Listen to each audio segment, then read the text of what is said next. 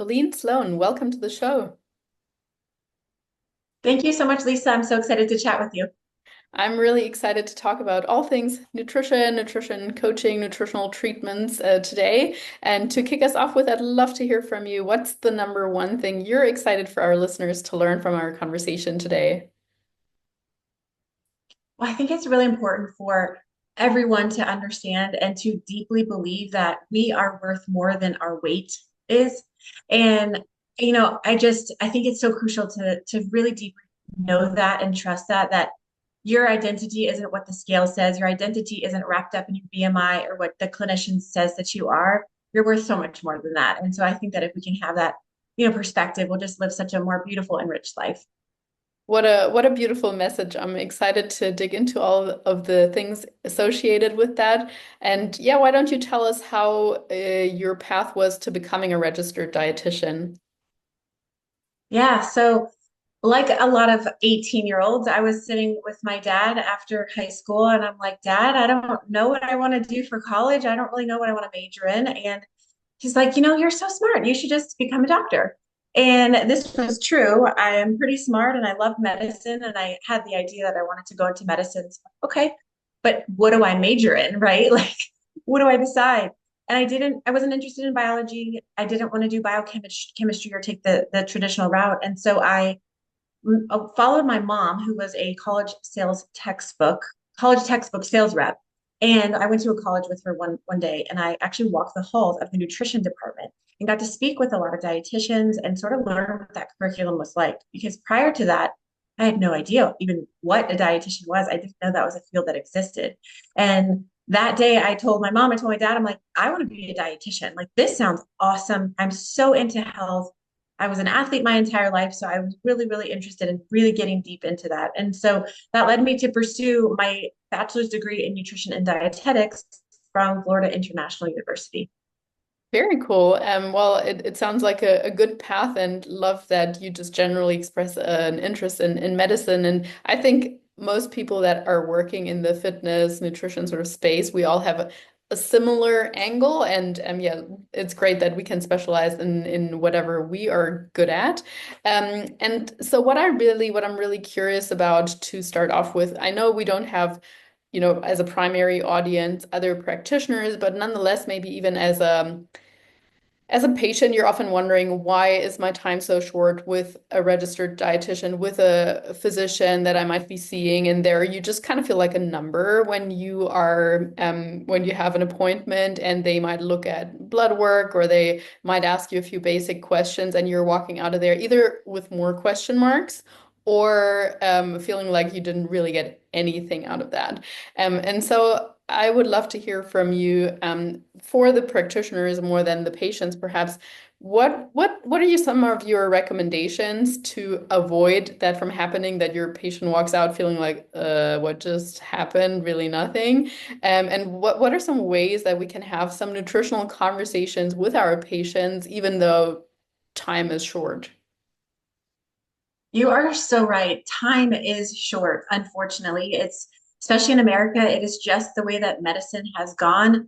Every second counts for reimbursement purposes, and we're trying to squeeze every minute out of the day to make a buck, essentially. And these corporations are dictating a lot of our schedules. And I hold a very unique lens in that I'm a dietitian, but also a PA. So I really do feel that tension when it comes to wanting to give nutrition advice and answering all of my patients' questions, but then also having that time limitation that I know I only have 10 minutes with this patient sitting in front of me. And it's really difficult. I want patients to understand that often it's not our choice. Your provider would actually probably love to spend 45 minutes to an hour sitting with you and really unpacking all of your questions.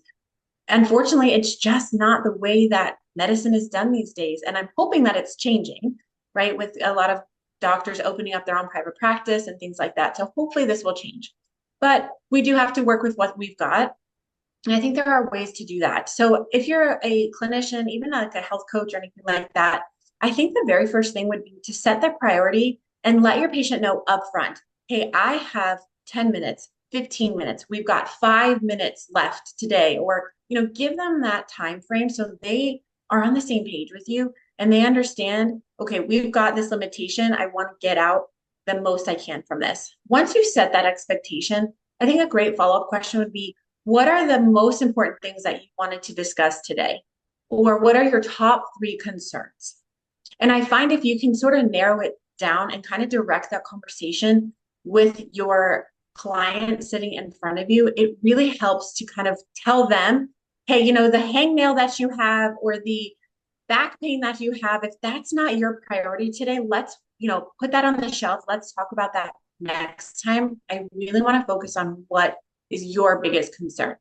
Because if you can do that, giving the patient the ability to steer the conversation, because we don't know, I'm not a mind reader. I don't know, Lisa, if you sit down, if you're worried about, your skin, or if you're worried about your weight, or if you're worried about your bowel movements or something else, I have no idea because I'm looking at you head to toe, and then if you don't tell me, I'll just kind of choose something that I think would be a priority. And so aligning your goals as the patient and the provider really helps take advantage of the limited time you have. So those would probably be my top two tips for really just navigating, the time limitation that you have with clients. I think that's really great. I could imagine that it might even be helpful for the patient slash client to walk into a meeting like that with almost a list. So like if you before that, okay, you recognize my provider has very limited amount of time over the weeks leading up to my appointment, I'm gonna sort of accumulate a list of things that I want to talk about and then kind of rank that hierarchy. You might not get through all 5 to 10 things, but also not just the 5 minutes before the appointment, but like literally like a week or two beforehand starting because maybe one day you remember one thing, another day you remember you're always constipated, the next day you remember you're sore when you're waking up on that or like whatever it might be. And I think also to the notion of setting priorities, that's great to highlight because I think sometimes people feel obligated to make 3 minutes of small talk. But like, let's face it, if you have 15 minutes with your provider, that's a fifth of your time. Like, don't freaking waste it on the bloody weather that that provider has already talked about 7 times with other patients beforehand. They don't care. Like, don't feel like I get where that is coming from because you want to connect on an emotional level, probably with the provider. But like, face it that you only have 15 minutes when they're telling you, like, lovely to see you today, Jenny. We have 15 minutes. Let's just dive right in and, get the small talk out of the way if we bump into each other over coffee. But yeah. Yes, very good point about the small talk. And it's not to say that you're just trying to rush people along and tell me what you need to know, because there is an art to building rapport with patients. And I find that really comes out of being curious. And you can still have small talk, but still redirect it to the purpose of the visit today. Although a lot of client and providers are, quote, friends, I think it's still really important to remember, like, you're here to see me today because you have XYZ problem, and I want to help you achieve that or to overcome that. I want to help you problem solve that. So let's just get into that. And so there is some tactful, respectful ways to let them know, like, we're going to cut through the small talk and let's really just get to what you're here for, what you're concerned about. And it could be the reverse. I've had some providers who are really overly chatty, and then they're like, oh, well, that's all we've got today. And I, as the patient, didn't have time to express my concerns. So I think it's appreciated both ways if you set the time limitation up front. And I love when patients come with a list. I have some colleagues that don't like it. I personally love it. And I have a lot of my patients write a list. I will tell them, hey, we only got to talk about this today. How about you schedule a follow-up in 2 weeks? But in the meantime, keep a list of all your questions so that we can jump right into it and not waste any time at the next visit. So I work with a lot of new moms, and they really appreciate that too, because they just kind of hand me the list, or even the dad, if they're bringing in the child for the mom, they're like, mom said, show you this list, and these are all her questions. And it's a great way to not waste time. I don't feel burnt out because I'm not just spewing information and facts that the client really doesn't want to know or need to know. I'm giving them the information, answering exactly the questions and concerns that they're coming with. So I'm a big fan of coming prepared with lists and questions and things, and then trying, saying, hey, we might not get through all of this, but schedule a visit with me in a week, 2 weeks. and we can address the rest of them. But what are your main concerns so we have time to address those today? Yeah, that's great to know that you as a provider are also a proponent of lists because I sometimes have all these things floating through my head over the course of the time. And then when I'm in front of the person, it's like blank. And one thing pops out of me that I remember. And I'm like, crap, there was so much more. And then you leave the office and it's like all coming back at you. And you're like, oh, okay, great. I guess I'll wait 6 months Yeah, with these questions until my next follow-up appointment. So no, that's really yeah. great to know. And yeah, let's get a little bit more into like the nutritional aspect because again, like sometimes people or providers are not so focused on that aspect. Maybe also because they might not feel like let's say if they're not a specific registered dietitian and just general healthcare providers, their knowledge or renewed knowledge of nutrition might be quite ancient. Let's say someone's been practicing for 20 years and the only nutritional co course that they attended was like 20 years ago or so, which would be unfortunate. But I guess I'm curious to hear your recommendations for providers. Like, what are some ways to motivate your patients to even think about the importance of nutrition and then kind of like to get them to actually implement some of the recommendations that you might be giving? Well, first of all, I think it's really important to start off by asking permission. Don't just assume that the patient sitting in front of you even wants to talk about nutrition or their weight.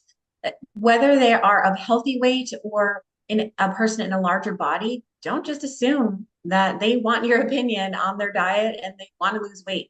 So I love asking permission before I even talk about that.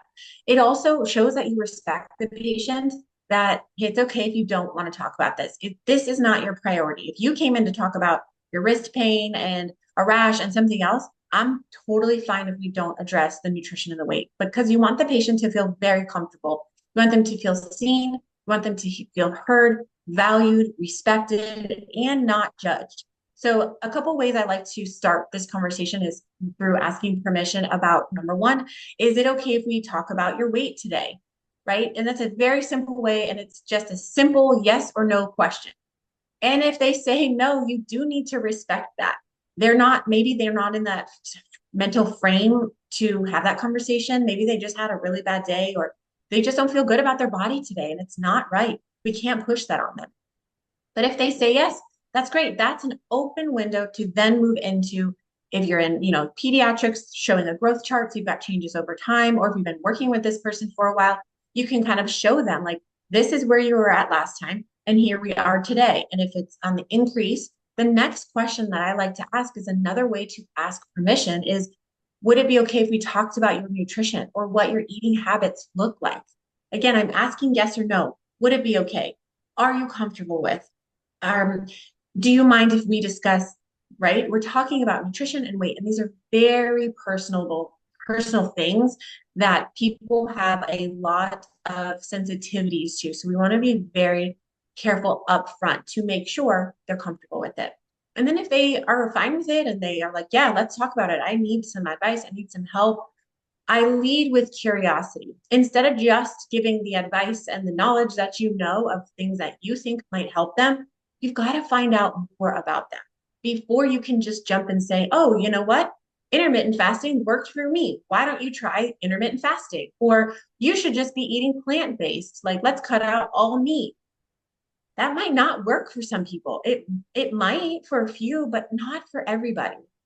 So we ask permission and then we get really curious about the client sitting in front of you. So asking things like, what is a typical day of eating work for you? If that is too broad, break it up. When is the first meal that you eat? And I like to call it the first meal as opposed to breakfast because if you've got like a teen or an older adult, sometimes they're not waking up until like 1 o'clock. And they'll say, like, I don't eat breakfast, but they do because they eat at 1:30. It's the first meal. So I love saying framing it like that. What's the first meal? What time is it? What is it? Next meal, next meal. Do you have any snacks? And then a big one is what are you drinking throughout the day? A lot of times we'll hear patients say, like, I don't eat that much, or I really do eat really healthy. And then you're wondering, like, oh, why are we gaining weight? Like, what something's missing? And a lot of times it is those beverages. So if they're having, stopping at Starbucks or a coffee restaurant before work and they're getting delicious, creamy, sweetened frappuccino or whatever, they're easily getting 50 grams of sugar in that drink. And then maybe they have a lemonade or sweet tea with lunch. Maybe they do go to the gym and they're having like a Gatorade or an electrolyte supplement that they might not know has sugar in it, which for athletes is great, but not for everybody. And then dinner, they're having a glass of wine with an Arnold Palmer or something. So many added calories are just in our liquids that we drink. So I love staying and focusing on beverages consumed because that's a really easy win to kind of make some tweaks, especially if you feel like, wow, your meals are actually great. The other thing I love to find out is kind of the hidden foods that we snack on throughout the day. Busy moms are really notorious for this. They'll either skip breakfast or have maybe a protein shake, and then they're running out the door getting their kids ready, and they'll finish the kids, plate of pancakes, and then they'll eat their lunch, but then they'll also grab a handful of goldfish from their kids' plate. And then dinner's kind of the same thing. Maybe they didn't get to sit down and eat because they were feeding and wiping mouths and picking up food from the floor, but they finished the bowl of the kids' mac and cheese. And then finally, when kids are in bed, they're like, I'm exhausted. I deserve a treat. And we have sweets because it feels good and it's just joy in our lives. And so those little bites throughout the day, people often don't calculate when they're telling us how many calories, if they're counting their calories, they're consuming. So I find those hidden calories are also a really important thing to kind of unpack. And then another three that I like to ask about is sleep. So how is your sleep? Do you wake up feeling rested? Or what time are you going to bed? What time are you waking up? Do you feel like you sleep through the night? Because we've so much literature has shown that sleep really does affect our weight, our appetite throughout the day. Stress management is another thing that's really important and impactful in our health. And so I always love to ask, like, how's your stress levels? Like, do things stress you out? And of course, right? Like we're in a very stressful time. So it's kind of a rhetorical question. But once they say, like, yeah, I'm really stressed, I love to ask, well, how do you manage your stress? What are some skills and how do you navigate that? How do you cope with your stress? Because a lot of us cope with eating or binge watching TV. And that's, some unhealthy behaviors. And so the last question that I always find out about is their physical activity. So how are you moving your body throughout the day? Do you think you get maybe 10 minutes or more of physical activity during the day? And I like to start low because for the people who are very sedentary, 10 minutes a day might be their goal. But if the person is really, really active, they can kind of answer it's like, oh yeah, I work out an hour a day. But if they aren't even getting 10 minutes a day of just simple walking, that's something that you can really focus on. Once you gather that information, right, I'm still not giving advice. I am finding out about my client. I'm learning about their habits. I'm learning about their schedule, their preferences, what their lifestyle looks like, and where there's some gaps. And I might say, okay, it sounds like you have a very stressful job, and that kind of tends to make you eat like emotionally, like when you're stressed out. Or because you're so stressed and busy, it sounds like you're skipping a lot of meals and that makes you overeat at night. Or it sounds like, you're not very active. And so I think that is a place that you can improve on. So reflecting back by saying it sounds like you're just repeating what they've told you so that the patient can kind of think about it and process it. And then finally, before I even give advice, I'll offer a few ideas or suggestions and in different categories. So I might say, it sounds like sleep is an issue for you. Would you like more information on how we can improve, the hour before bed so you can get a good night's rest? Or if you're not interested in that, maybe we can work on your diet a little bit. I have a few ideas that have worked with other clients and how we can improve your diet. If you don't want to do that, how about we talk about some physical activity and I have some ideas of ways you can increase your activity and it won't be too much extra work for you. So which one of those would you like to work on? Would you like more information on? So again, I'm kind of laying it all out and putting it back to the patient to say, okay, I don't really want to work my diet. I don't want to sleep better. I love staying up late, but I think I might be able to, work on my exercise. So what ideas? So now as a provider, you're not wasting your breath or your time sharing information on sleep and nutrition because all they really care about in that moment is physical activity. That's what they've agreed on that they think is possible for them. So then you can lead with that instead of just sharing blanket information that the patient won't be successful if it's not something that they feel like they can do currently right where they're at? Well, there is so much to unpack, Colleen. I love it all. First of all, the approach of simply being curious. What a wonderful mindset for a provider, a coach, whatever to have. And I'm maybe you have heard this before also, but some of my clients or even friends have told me that they went to, they invested even in a nutrition coach or working with a nutritionist, and that person did not even ask them, like, what's your current state of knowledge, sort of thing. And like many of these people have taken various nutrition courses, they have tried various diets, and then the nutritionist or provider is like laying out, oh, by the way, you should eat more vegetables and protein is important. And they're like, well, no shit. I've heard that for the last 20 years. Can we kind of like go a little bit deeper, but then the time is already up type of thing. So it's like, yeah, if that provider would have asked them like about their dieting history or about what they're currently doing, they would not have started with the very basics. And likewise, if you have someone coming in who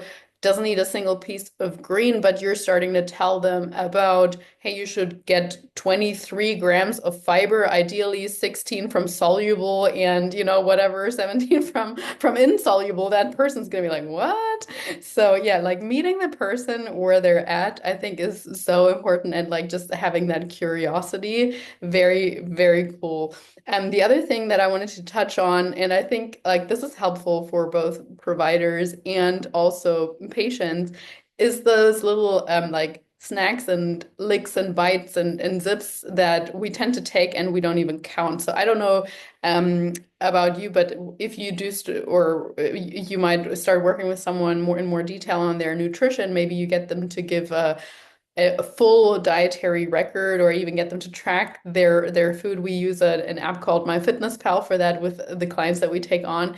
And sometimes exactly like you're saying, people you look at it and you're like, that actually looks really good. It doesn't really explain why you've just gained like 20 pounds in the last, 5 months or so. And then you're like, well, number one, are you logging literally everything, like the drinks? Oh no, wait, I forgot about that. And then you're like, okay, you said you have a salad. Can you kind of specify what you mean by a salad? Because you kind of logged that side salad for 200 calories there. And then it turns out, well, actually, that salad had nuts and cheese. It had a creamy ranch dressing and croutons. And chances that that was 200 calories are like zero to maybe 0.5% type of thing. Much more likely to have 800 to 1,000 calories, right? So it's like eye-opening when you kind of go into everything, and people might be like, oh, right, like they don't have a bad in the intention of reporting it falsely, but it's just you're not aware of all these things adding up, and you think a bite here, a lick there, a zip here is not gonna make a difference, but it can easily add up to several hundred more calories there. So yeah, I think that's a really great point that you raised. And lastly, I love what you said about reflecting it back. And I mean, that's a great technique, not just for a provider and patient relationship. I think it's a great tip for any kind of conversation that we might have in life, whether it's with our romantic partner, a friend, or whatever, just kind of reassuring that we heard them correctly, because that person might say like, okay, you got parts of that right, but I actually said a whole lot more that was important, or actually you misunderstood. I do work out, or like whatever it might be. It just gives them the chance to like correct, or as you mentioned, to affirm that you're both on the same page and actually talking about the same thing. So yeah, so many wonderful strategies that you mentioned there. And so like going forward from that now, a lot of people might think, okay, cool, I'm open to working on my nutrition or on my weight. What I'm sure you would agree on, though, is we don't want to be hyper focused on just the body weight on the scale. So what would be some things that we could or should be mindful of or should be tracking outside of weight when it comes to just overall health? Such a good question. It's one of my favorite things to talk about with patients, especially women, in our middle age, because we've grown up with diet culture. We've grown up kind of obsessed about our bodies and what the scale says. And with so much new research coming out, they're finding that You can be in a larger body and be perfectly healthy. Now, it's very hard to accept that if you've been told all the time, all these years, that you need to be thin in order to be healthy and beautiful and loved. And so I think having that component of some counseling can help with that. But there are so many other things that I find are actually even more impactful to track than weight alone. And I find that for clients who've been kind of obsessed about their weight or only ever track that is to get rid of the scale, go put it up in the garage in the top shelf with Christmas decorations, get it away out of sight so you're not tempted to even step on it, and maybe bring it out in 6 months or something to at least, so then you can see.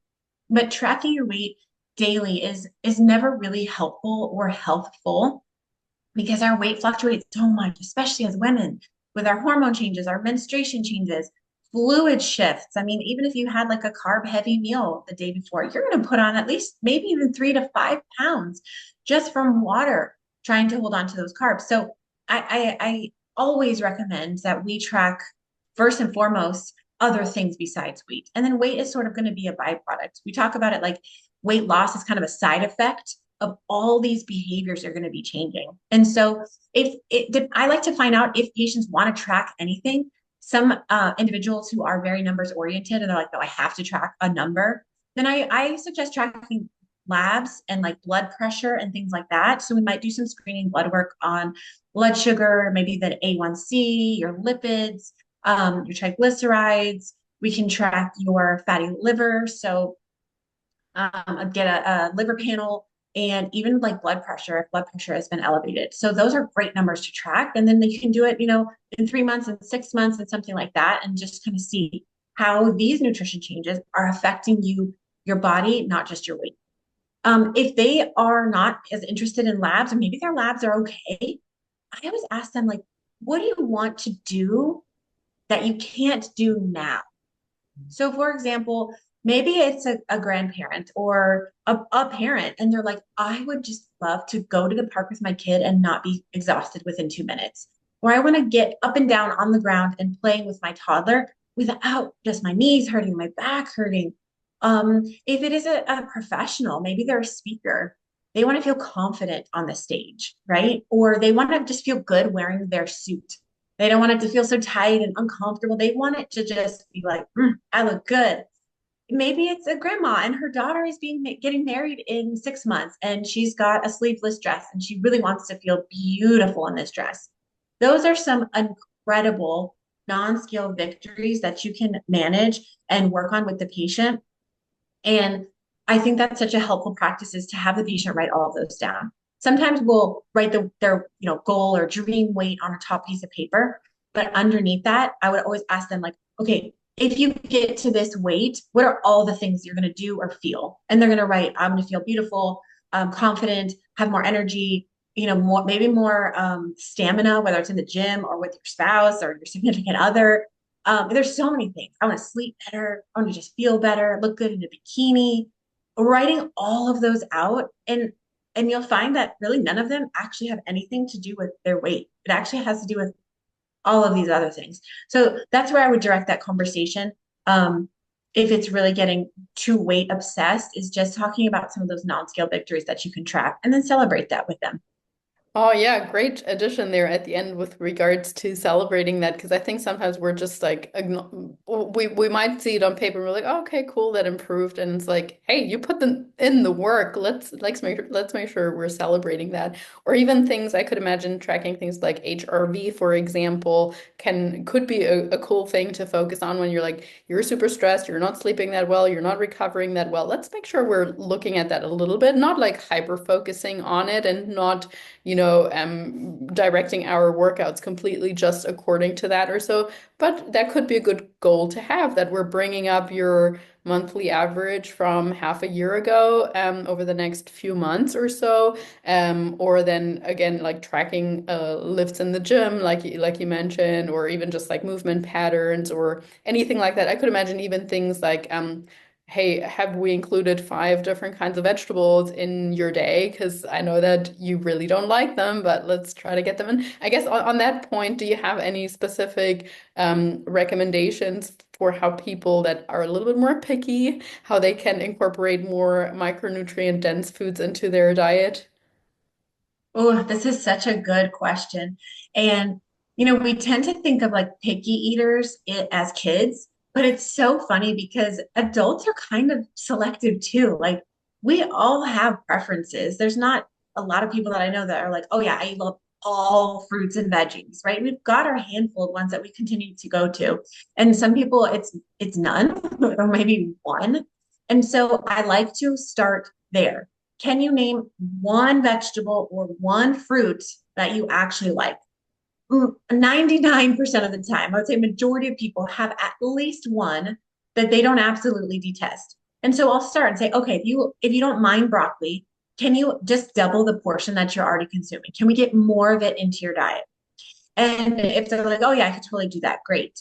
And then if we're going to be trying new foods, I like to suggest and help them like, how can we make it taste better for you? Like, do you like sauces? Like, people are so afraid of sauces and seasonings and oh, it's got too much salt, too much sugar. But if it can be a gateway or a bridge to letting the patient learn how to like that vegetable, great. I'm all for that. So if you are obsessed with ketchup, hey, throw ketchup on green beans. I don't care if it doesn't make sense. Like, that's fine because you're getting the nutrients. Just because you're putting a sauce on something, it doesn't negate the micronutrients that are in that fruit or that vegetable. So, same goes for like some sweet stuff, right? Fruit pairs really nicely with peanut butter or like Nutella. And yes, the goal would be to get the patient to eat fruit plain by itself. But again, if it's that bridge to get them there, I'm all for that. And I think that's a win. So that's one is playing up to the flavors and the textures that the patient is already does like. And then also learning how to cook. It's shocking that so many people really have no idea how to make food flavorful and taste good. So maybe even if they have the finances to take a cooking class, that can sometimes be a really fun bonding experience with a significant other. If they don't have that, honestly, YouTube has tons of free stuff out there. They can make it a date night and just learn how to bring in and draw in flavors with the foods that you're preparing because if it tastes good, we are way more likely to consume it. Now, for the most picky of all, and they're like, nope, won't do any of that, then I suggest, hey, okay, can we chop it up super, super fine or blend it as at least then getting it in there. So blending spinach, blueberries, bananas, all kinds of different berries into a smoothie in the morning is a really, really good way to at least start the day with some greens and some fruits. And then chopping up, I mean, cauliflower chops really well. Broccoli, the same thing. Spinach, kale, greens chopped super, super fine. And you can throw it in like sauces. You can mix it into meatloaf and sort of make the meat with veggies in there, and you pretty much don't even taste it. So at least that's a start, and you're getting them used to having those and at least getting some of those nutrients in there. And that can be a really fun way for the most selective eaters when it comes to veggies. Yeah, I love that last point. Exactly like I think often for kids, like working something, like carrots or something into a meatball or into a meatloaf, or I think even like thinking of things that you generally enjoy, let's just say like eggs or something like that. Can we work some vegetable into scrambled eggs or little egg cups or an egg bite, or can we grate some, Parmesan or whatever on that broccoli that you mentioned? I think that's a really good idea. I do always like to point out though to people that if you don't initially like it per se, don't expect the food to taste as good as the regular non-vegetable version. So like let's just say if you love meatloaf and you're then gonna add carrots and zucchini and more tomatoes to the meatloaf and you think it's gonna taste exactly the same way, it's not going to, but it might taste like 90% of that. And is that something that we can live with, thinking of the nutritional benefits you're going to get long term? Yes. And like I try to make that same argument when I try to get people away from like those really sugary coffees, for instance. Let's just say you're having a full fat whipped cream, maca with a double shot of whatever sugary syrup. okay, next week, can we try to have that without the sugary syrup, but exactly the same? It's not going to taste the same, but it's still going to taste good. Okay, a month later, can we try to get it without the whip, perhaps? It's not going to taste the same. It's still going to taste like 80% good. And like slowly weaning yourself off. And I think you can also slowly wean yourself on to something because our taste buds are actually really adaptive, but sometimes we try to go from like the cheesy ranch, whatever drenched bean to just steamed beans with nothing on it. And of course, that's not the same thing. Like, let's kind of slowly go step by step. But yeah, I loved all your tips there. And I'm curious because you also have a nutrition course. I think the exam room nutrition course. And I'd love to hear kind of like the curriculum of that, like if you have certain modules and what you talk about in this course.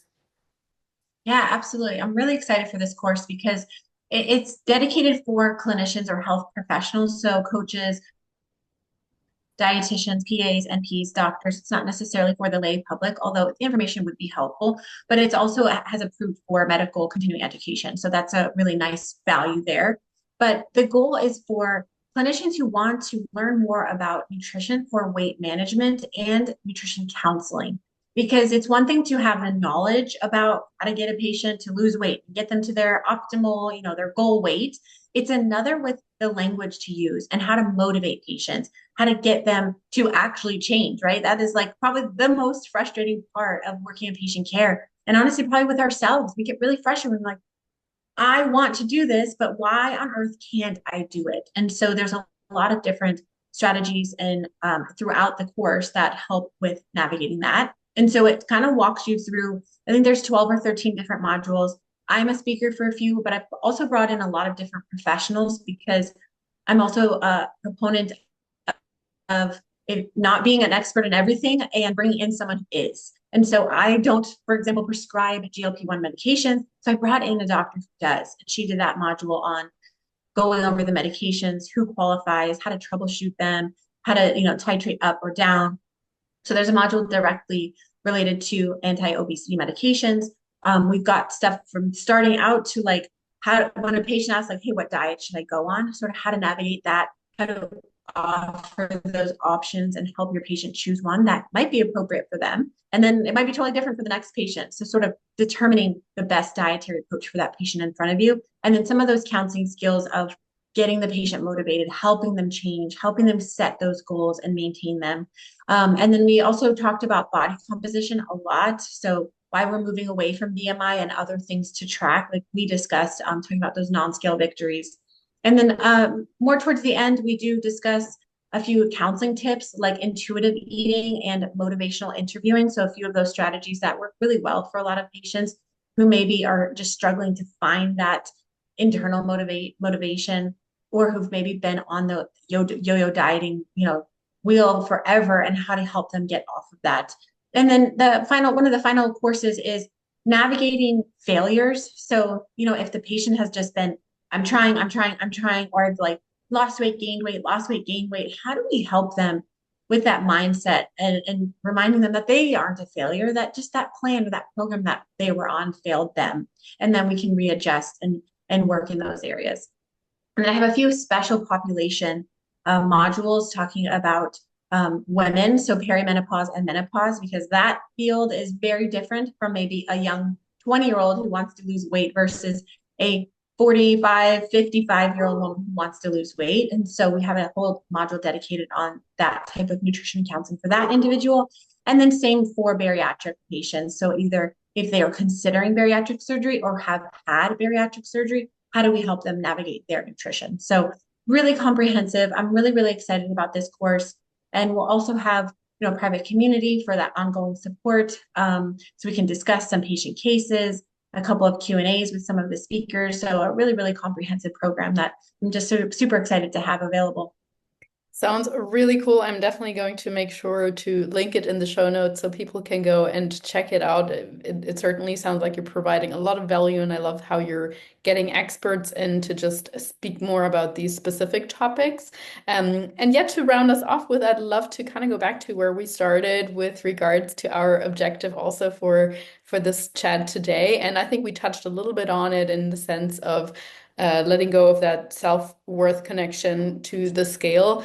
But yeah, to I guess to finish off with, what would be your recommendations for the listeners so that they can truly focus on health and well-being and how they're feeling rather than the numbers or being too harsh on themselves? Positive comments to ourselves is the unsung hero of medicine. And it sounds sometimes so cheesy, but there's so much science to positive reinforcement and honestly just cheering yourself on. We have the most conversations with ourselves than we do with anybody else. You know, they're unspoken conversations, but we're talking to ourselves all day long. And if you can slowly or even just once throughout your day give yourself a little pat on the back, cheer yourself on. If you did that thing that you were trying to do, say in your mind or literally out loud, man, I'm awesome. I did that. Or even just a little like, yay, that was so good. That actually triggers a lot of hormone changes and response to that positivity. So you're going to make that connection the next time you do that activity. Let's say you want to get to do 25 push-ups in 6 months, but maybe you're starting out with two because all you can do is two. The minute you finish two, you're going to say, yes, look how strong I am every single time. And that just creates that positive reinforcement and that encouragement for yourself to celebrate that. And you can actually test this and just kind of pay attention to your day and see where you have these positive things that you've either said that now actually that action has linked to it has become a habit because you're so looking forward to that positive reinforcement. I did this to myself. And when I make a cup of coffee and I walk by and I smell it and I hold on, like, oh, this is going to be so good. And I found myself saying that like every day. And it's true. I love my cup of coffee and I feel so good drinking it. And so I'm like, okay, that should be able to work other areas. If you can just give that positive, that quick little cheer for yourself, even if you do the smallest, seemingly insignificant thing, cheering yourself on is probably the best way that you can actually get to that final goal that you're looking for. I love it. Thank you so much for sharing that with us. What a wonderful recommendation or just mindset shift as well. So truly thank you for that, Colleen. Thank you for everything you've shared with us today. As I said, I will make sure to link all your handles in the show notes. And yeah, truly grateful for your time today. Thank you so much, Lisa. This has been so fun.